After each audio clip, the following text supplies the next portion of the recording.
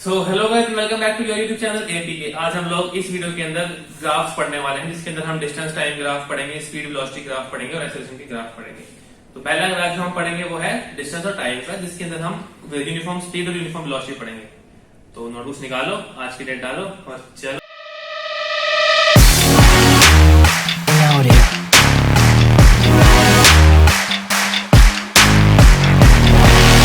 तो इस ग्राफ के अंदर यहाँ पे है डिस्टेंस और यहाँ पे है टाइम। हमारे पास कुछ नहीं है इस ग्राफ के अंदर, सिंपल सी बात है यूनिफॉर्म स्पीड। यूनिफॉर्म स्पीड मतलब कि जब हमारे पास डिस्टेंस और टाइम बराबर होगा, जितना अमाउंट ऑफ डिस्टेंस होगा कॉन्स्टेंटली टाइम इंक्रीज करेगा। जैसे कि यहाँ पे मान लीजिए 2 है, यहाँ पे इस जगह की पोजीशन 2,2 है, तो इस जगह की पोजीशन इसी रेशियो में, इसमें एक्स और वाई के जो कोऑर्डिनेट्स है ना वो इक्वल होंगे। वाई एक्सिस, एक्स एक्सिस, इनके अंदर जो कोऑर्डिनेट्स होंगे एक्स और वाई के वो इक्वल होंगे। क्यों? क्योंकि यूनिफॉर्म है, यूनिफॉर्म स्पीड का ग्राफ है ये। इसके अंदर यहाँ पे 3,3 हो सकता है, आगे में 4,4 होगा। तो इसी तरीके से हम यूनिफॉर्मली इंक्रीज कर रहे हैं। इन्हीं ग्राफ का यूज करके हम आगे मोशंस की जो हमारे पास अगर डेरिवेशन है ग्राफ का यूज करके हम वो भी निकालेंगे। तो ये है यूनिफॉर्म ग्राफ, यूनिफॉर्म स्पीड का ग्राफ। और ये जो हमारे पास है ये है नॉन यूनिफॉर्म स्पीड का ग्राफ। इसके अंदर क्या है कि जो डिस्टेंस और टाइम है उसके बीच में कोई कांस्टेंट रिलेशनशिप नहीं है। अगर डिस्टेंस और टाइम है, यहाँ से ये वाला पॉइंट ले लीजिए, इस पॉइंट पे, इस पॉइंट पे, क्योंकि ये ग्राफ में कर्व लिया हुआ है, तो यहाँ पे जो टाइम है, टाइम का कोऑर्डिनेट ये और जो हमारे पास डिस्टेंस है वो इक्वल नहीं है। क्यों इक्वल नहीं है? क्योंकि जो ये ग्राफ है वो यूनिफॉर्म नहीं है। यूनिफॉर्म ग्राफ की पहचान होती है, उसमें क्या होती है, ये लाइन होती है, यूनिफॉर्म ग्राफ की लाइन होती है वो बिल्कुल शेडेड होती है, ओरिजिन से निकल के डायरेक्ट ऊपर जाती है, होती है यूनिफॉर्म ग्राफ की पहचान। तो ये है यूनिफॉर्म स्पीड ग्राफ और ये है नॉन यूनिफॉर्म स्पीड ग्राफ। अब हम पढ़ेंगे स्पीड के ऊपर ग्राफ। तो अब जो हम पढ़ेंगे वो है स्पीड टाइम या फिर वेलोसिटी टाइम ग्राफ। तो ये ग्राफ, ये जो सारे ग्राफ्स हैं, आपको इनके अंदर मेनली जो ध्यान देने वाली चीज है कि आपको पैरामीटर्स क्या दिया हुआ है, स्पीड टाइम दिया हुआ है, डिस्टेंस या टाइम दिया हुआ है, क्या दिया हुआ है, उस हिसाब से आप डिसाइड करेंगे ग्राफ किस चीज। आपको एग्जाम में आएगा कि बताना होगा आपको क्वेश्चन के हिसाब से कि आपको ग्राफ बना हुआ दिया होगा कि बताओ ये किस चीज का ग्राफ है, कांस्टेंट स्पीड का है, यूनिफॉर्म स्पीड का है या यूनिफॉर्म एक्सेलरेशन का ग्राफ है।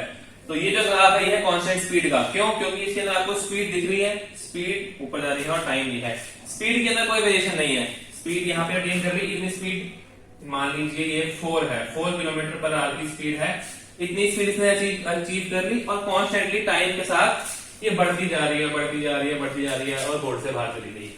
तो ये कॉन्स्टेंट स्पीड है, तो ये बढ़ती जा रही, चलती रहेगी, टाइम के साथ ही चलती जा रही है। टाइम चल रहा है क्योंकि टाइम यूनिवर्सल रुकेगा कभी नहीं। जो स्पीड है वो कांस्टेंट है, वो 4 की थी, वो 4 की ही चल रही है कॉन्स्टेंटली, ना वो इंक्रीज कर रही है ना वो डिक्रीज कर रही है। तो ये है कांस्टेंट स्पीड। अगर वो डिक्रीज करेगी तो वो कांस्टेंट स्पीड रहेगी ही नहीं। वैसे ही हमारे पास आती है यूनिफॉर्म एक्सेलरेशन। यूनिफॉर्म एक्सेलरेशन क्या होती है? जब आपकी स्पीड कांस्टेंटली इंक्रीज कर रही हो।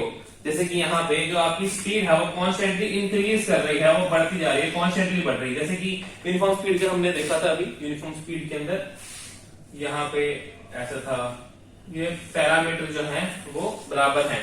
ये जो इसके पैरामीटर होंगे, मान लीजिए 2,2 है, ये 4,4 है। तो ये है यूनिफॉर्म एक्सेलरेशन। यूनिफॉर्म एक्सेलरेशन तब आती है जब हमारे पास जो स्पीड है वो कॉन्स्टेंटली इंक्रीज कर रही हो। क्यों? क्योंकि जैसा हमारे पास फॉर्मूला था, initial velocity, final velocity minus initial velocity per unit time taken. क्या फॉर्मूला होता है एक्सेलरेशन का? ये फॉर्मूला होता है कि v minus u upon t is equal to acceleration. तो ये वाला फॉर्मूला आप यहाँ पे देख सकते हो। जैसे कि मान लीजिए आपकी जो फाइनल वेलोसिटी है हम यहाँ पे मान ली है 4, और जो हमने इनिशियल वेलोसिटी थी यहाँ हम पहले 0 ही मान सकते थे, ये है 0, इसको छोड़ के हमने मान ली 2,2। तो अगर हम यहाँ पे 2,2 मान लेते हैं, इनिशियल वेलोसिटी हमने रख दी, फाइनल वेलोसिटी हमने रख दी और टाइम हमने रख दिया, तो हम एक्सेलरेशन निकाल लेंगे। यूनिफॉर्म एक्सेलरेशन का मतलब है कि जो स्पीड के साथ है कॉन्स्टेंटली स्पीड बढ़ रही है, पहले 2 किलोमीटर पर आवर थी, फिर 4 किलोमीटर पर आवर हो गई, साथ में टाइम भी बढ़ रहा है, तो वो होती है हमारे पास uniform acceleration. Non uniform acceleration तब आती है जब हमारे पास जो स्पीड है ना, जो हमारे पास स्पीड है वो कांस्टेंट नहीं है। जैसे कि ये है, अब नॉन यूनिफॉर्म स्पीड आ गई, ये ऐसे बढ़ गई एकदम। आपने स्पीड, आप मान लीजिए आपने यहाँ पे शुरू किया था कॉन्स्टेंटली, इस छोटे से टाइम इंटरवल के लिए आपने कांस्टेंट स्पीड रखी है अपनी, पहले आपने थोड़ी सी बढ़ा, छोटे से इंटरवल के लिए आपके पास स्पीड थी वो कांस्टेंट थी, लेकिन आपने फिर एकदम स्पीड बढ़ा दी। यहाँ पे आएगा स्पीड और यहाँ पे आएगा टाइम। तो एकदम से आपने जो है वो स्पीड बढ़ा दी, टाइम आपका कांस्टेंट नहीं रहा, आपकी स्पीड एकदम बढ़ गई। क्योंकि एकदम स्पीड बढ़ गई तो उस वजह से जो है जो हमारे पास एक्सेलरेशन आएगी वो नॉन यूनिफॉर्म हो जाएगी। तो वैसे ही ये हो गया नॉन यूनिफॉर्म एक्सेलरेशन का एग्जांपल, और ये हमारे पास यूनिफॉर्म एक्सेलरेशन का एग्जांपल। अब हम पढ़ेंगे रिटार्डेशन क्या होती है। रिटार्डेशन क्या होती है, जैसे कि हम कॉन्स्टेंटली बढ़ते हैं तो हमारी एक्सेलरेशन बढ़ती है, हम जब कॉन्स्टेंटली स्पीड बढ़ रही है तो आपकी एक्सेलरेशन बढ़ती रहेगी, वो होती है यूनिफॉर्म एक्सेलरेशन। वैसे ही यह है यूनिफॉर्म रिटार्डेशन। यूनिफॉर्म रिटार्डेशन का मतलब क्या होता है कि जब आप ब्रेक अप्लाई करते हैं और कॉन्स्टेंटली आप अपनी स्पीड स्लो करते हैं, मान लीजिए आप गाड़ी चला रहे होते हैं, आपको दिख जाता है कि सामने रेड सिग्नल है, तो आप पहले ही गाड़ी को उस हिसाब से स्लो करना शुरू कर देते हैं ताकि वो वहां जाके एक पॉइंट पे आके रुक जाए। वैसे ही यहाँ पे बी पॉइंट पे जो बॉडी थी, बॉडी काफी एक्सेलरेटेड मोशन में थी, काफी उसकी एक्सेलरेशन थी, मान लीजिए 10 की थी, 10 एक्सेलरेशन थी उसकी, 10 मीटर पर सेकंड स्क्वायर की एक्सेलरेशन थी बॉडी की। तो उसको जब उस टाइम पे ब्रेक अप्लाई करी उसने, तो उसको रुकना था, तो रुकते रुकते रुकते रुकते कॉन्स्टेंट यूनिफॉर्म रिटार्डेशन हुई है, मतलब धीरे धीरे धीरे धीरे धीरे धीरे करते हुए वो वहां पे रुक गई। तो ये होती है यूनिफॉर्म रिटार्डेशन। और एक जब हम वो डेरिवेशंस करेंगे तो उस पॉइंट पे हमें एक क्वेश्चन आएगा, क्वेश्चन की ग्राफ बनाएंगे हम उस पॉइंट पे। तो मैं जब पढ़ता था ये सब तो मुझे वो समझने में बहुत परेशानी होती थी कि ये कैसे कैसे कर दिया इन्होंने ऐसे। तो वो ग्राफ ये कहता था कि ये स्पीड है और ये है हमारा टाइम, और जो बॉडी है ना वो यूनिफॉर्म एक्सेलरेशन में है, यूनिफॉर्म एक्सेलरेशन में है।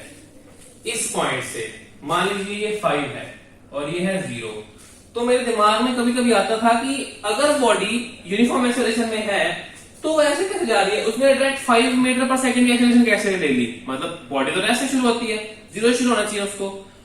तो वो उसके मैंने बहुत सर से पूछा तब जाके मेरे को समझ आया कि उसके पीछे का रीजन ये है कि जो उसका पिछला पार्ट था ना ऐसे इंक्रीज का, या मान लीजिए कोई भी कैसे भी इंक्रीज का, वो उन्होंने हमें नहीं दिखाया, उन्होंने डायरेक्ट यहां से ग्राफ शुरू कर दिया और यहां से बना दिया। जस्ट वो कुछ नहीं है, वो पीछे भी थी, वो हमने पीछे था, बट वो नॉन यूनिफॉर्म एक्सेलरेशन था, इसलिए हमने उसको यूज नहीं करा, क्योंकि हम यहाँ पर बात कर रहे हैं यूनिफॉर्मली एक्सेलरेटेड मोशन की। तो यूनिफॉर्मली एक्सेलरेटेड मोशन के अंदर क्या होता है, जो यूनिफॉर्म एक्सेलरेशन है वो यूनिफॉर्म रहती है, तो इसलिए हमने यहाँ पे इस 5 से स्टार्ट कर rather than इस 0 से। तो आई होप आपको जो भी समझ आए होंगे अच्छे से, जो मैंने पढ़ाया वो ग्राफ समझ आए होंगे। अगली वीडियो के अंदर हम लोग इन्हीं ग्राफ से यूज करके जो मोशन की हमने पिछली वीडियो के अंदर इक्वेशंस को डिराइव करा था वही आगे पढ़ेंगे। तो आई होप आपको समझ आया होगा। वीडियो अच्छी लगी तो लाइक कीजिएगा, चैनल को सब्सक्राइब कीजिएगा। तब तक के लिए सी या।